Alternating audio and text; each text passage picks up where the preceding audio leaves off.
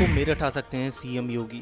सलावा में खेल विश्वविद्यालय का निरीक्षण करेंगे। 4 साल से सलावा में जारी है खेल विश्वविद्यालय का निर्माण।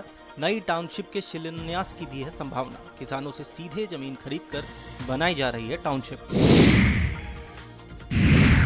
महाकुंभ की सफलता पर सीएम योगी ने की बैठक। बोले, महाकुंभ भारत की विरासत का हिस्सा। इसका आयोजन सफल रहा। 2013 में कुंभ का आयोजन हुआ था। हमने कुंभ की धारणा को अब बदल दिया है। ये आयोजन धर्म से जुड़ा हुआ है। बिहार बजट पर बोले तेजस्वी यादव। कहा, ये बजट बिहार के हित में नहीं है। इन्हें सरकार बचाने की चिंता है और हमें बिहार की चिंता है। पुरानी बातें कही जा रही हैं जिससे बिहार की जनता को कोई फर्क नहीं पड़ता। न कारखाने की बात हुई और न ही पलायन रोकने की बात हुई। बिहार को केंद्र सरकार ने ठगा है और अब नीतीश कुमार भी खोखला बजट लेकर आए हैं। सिंगर हनी सिंह और रागिनी की बढ़ सकती हैं मुश्किल। वकीलों ने हनी सिंह और रागिनी के खिलाफ दिया है प्रार्थना पत्र। हनी सिंह के गाने मैनिएक को लेकर है आक्रोश। सिंगर रागिनी ने भी गाने में लगाया था भोजपुरी तड़का। वकीलों ने सीपी से मुकदमा दर्ज करने और सूचना प्रसारण मंत्रालय से गाने पर रोक लगाने की करी है मांग। सांसद संजय सिंह पर आचार संहिता उल्लंघन का है मामला। बीती 21 फरवरी को पेश की गई थी डिस्चार्ज एप्लीकेशन। अब मामले में 17 मार्च को कोर्ट में होगी सुनवाई। हसनपुर में साल 2021 में अप्रैल माह में दर्ज हुआ था केस। आजाद समाज पार्टी ने कलेक्ट्रेट पर राष्ट्रपति के नाम डिप्टी कलेक्टर को सौंपा ज्ञापन। एएसपी के राष्ट्रीय अध्यक्ष चंद्रशेखर आजाद पर हमले को लेकर भीम आर्मी ने सौंपा है ज्ञापन। रोहित शर्मा पर कांग्रेस प्रवक्ता शमा मोहम्मद की टिप्पणी। शमा मोहम्मद ने कैप्टन रोहित शर्मा को मोटा कहा। कांग्रेस प्रवक्ता ने रोहित शर्मा की फिटनेस पर भी उठाए सवाल। बीजेपी ने क्रिकेटर रोहित शर्मा पर टिप्पणी की करी निंदा। रोहित शर्मा पर आपत्तिजनक बयान का मामला। बीसीसीआई ने बयान को बताया दुर्भाग्यपूर्ण। रोहित शर्मा पर ऐसी बयानबाजी गलत। कहा, टूर्नामेंट के समय ऐसी बयान देना बहुत गलत है। रोहित शर्मा के समर्थन में उतरा है बीसीसीआई।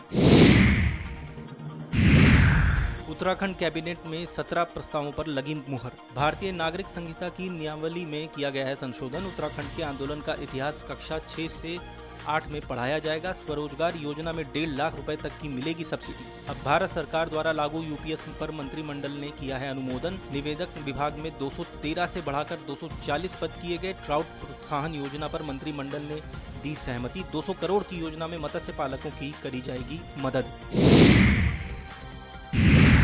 कांग्रेस सांसद शशि थरूर का बयान। केरल में नशीली दवाओं का खतरा अब बहुत गंभीर होता जा रहा है।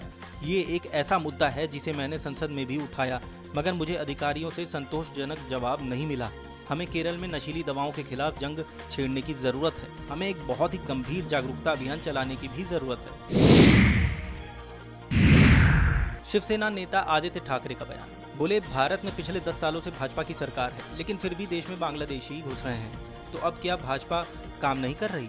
भाजपा की सरकार है, लेकिन भाजपा के लोग ही कहते हैं कि हिंदू खतरे में है। जब कांग्रेस की सरकार थी तब ये सब कभी नहीं कहा जाता था। डेयरी क्षेत्र में सस्टेनेबिलिटी और सर्कुलरिटी पर बोले अमित शाह। कहा, हमारा डेयरी क्षेत्र देश के विकास को गति देता है, मगर इसी के साथ ग्रामीण इलाकों, भूमिहीन किसानों और छोटे किसानों को समृद्ध बनाने में इसका बहुत बड़ा योगदान है। ये हमारे देश के पोषण की चिंता करता है। हमारे सामने प्रधानमंत्री मोदी ने 2 लक्ष्य रखे हैं, जिसमें दुनिया में तीसरे नंबर का अर्थतंत्र बनना और 2047 तक पूर्ण विकसित राष्ट्र बनना शामिल है।